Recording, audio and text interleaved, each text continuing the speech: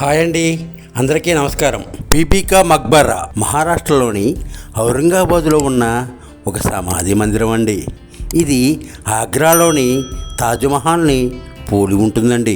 మహారాష్ట్రలో అండి ఔరంగాబాదులో మొఘల్ చక్రవర్తి ఔరంగజేబు నిర్మించిన మినీ తాజ్మహల్ యొక్క వివరాలను, దానికి సంబంధించి రాత్రిపూట ఎంత అందంగా ఉంటుందో ఆ అందచందాలను మీకు చూపించే ప్రయత్నం చేస్తానండి. అదిగో మినీ ఔరంగాబాద్లోని మినీ తాజ్మహల్కి వచ్చాం. ఔరంగాబాద్లోని మినీ తాజ్మహల్ మీకు చూపిస్తాను. మీకోసం ఇప్పుడే ఇక్కడికి వచ్చాను. నేను మా ఫ్యామిలీ మెంబర్స్ అందరూ కలిసి వెళ్తున్నారండి. ఔరంగాబాద్లో చాలా బాగుంటుంది.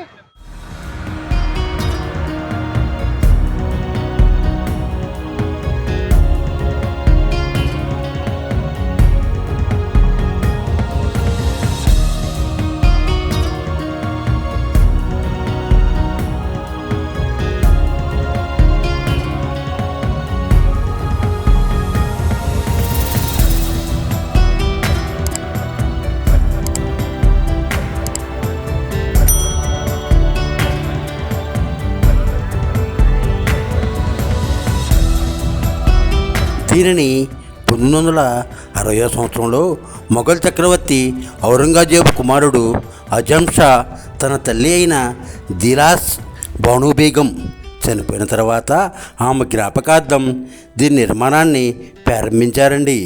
ఈ కట్టడం నిర్మాణానికి పూర్వం ఇక్కడ దిలాస్ బాను బేగం సమాధి మాత్రమే ఉండేదండి.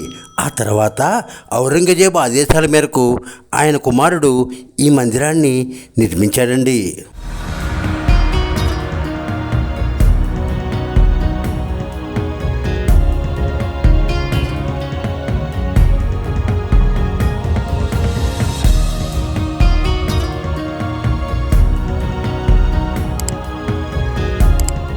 ఈ కట్టడం నిర్మాణము ఔరంగజేబు తల్లి అయిన ముంతాజ్ బేగం సమాధి అయిన ముంతాజ్ మహల్ అదేనండి ఆగ్రాలోని తాజ్మహల్ను పోలి ఉంటుందండి.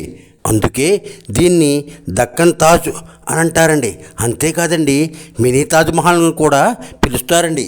మొఘల్ చక్రవర్తి ఔరంగజేబు నిర్మించిన రెండవ అతిపెద్ద నిర్మాణము ఈ బీబీకా మక్బరా అండి.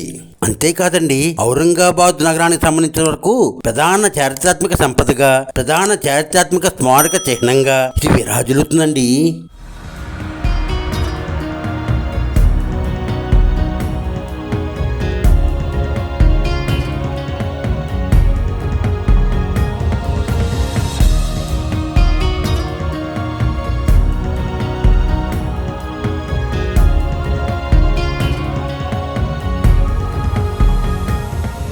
ఈ బీబీకా మక్బరు 1668 సంవత్సరం నుండి 1669 సంవత్సరం మధ్య నిర్మించబడిందంటండి.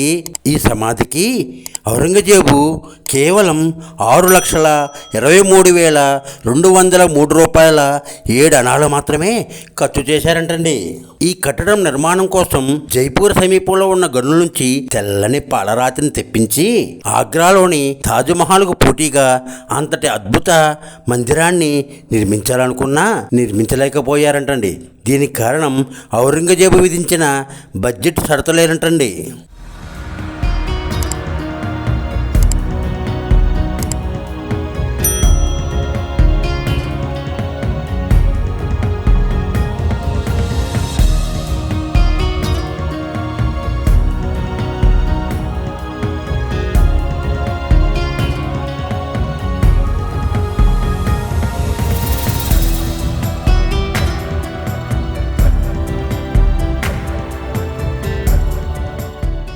ఈ మందిరాన్ని ఔరంగాబాద్లోని చార్లాగ్ ఫార్ములా గార్డెన్లో నిర్మించారండి.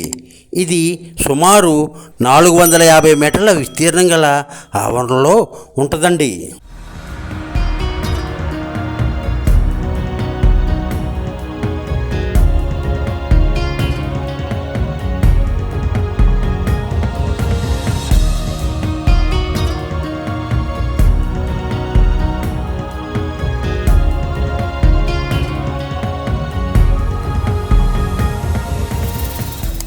ఈ సమాధిని ఎత్తైన చతుస్రాకారపు వేదికపై నిర్మించారండి.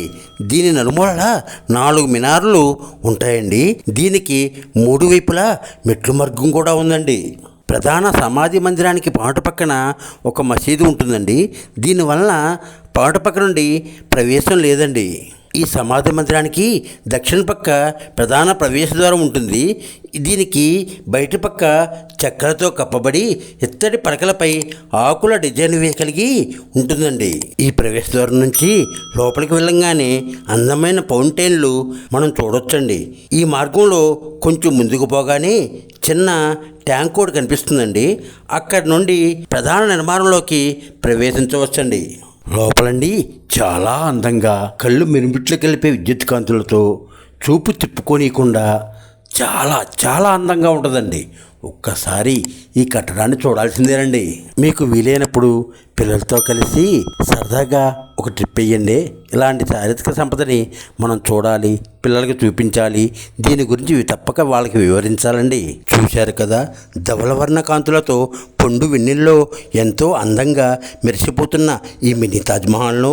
ఈ మా వీడియోను మీకు నచ్చితే లైక్ చేయండి, షేర్ చేయండి, సబ్స్క్రైబ్ చేసి మమ్మల్ని కొంచెం ఆశీర్వదించండి. ఈ మా వీడియోపై మీ కామెంట్ను తెలియచేయండి. సర్వే జన సుఖినో భవంతు. Thank you.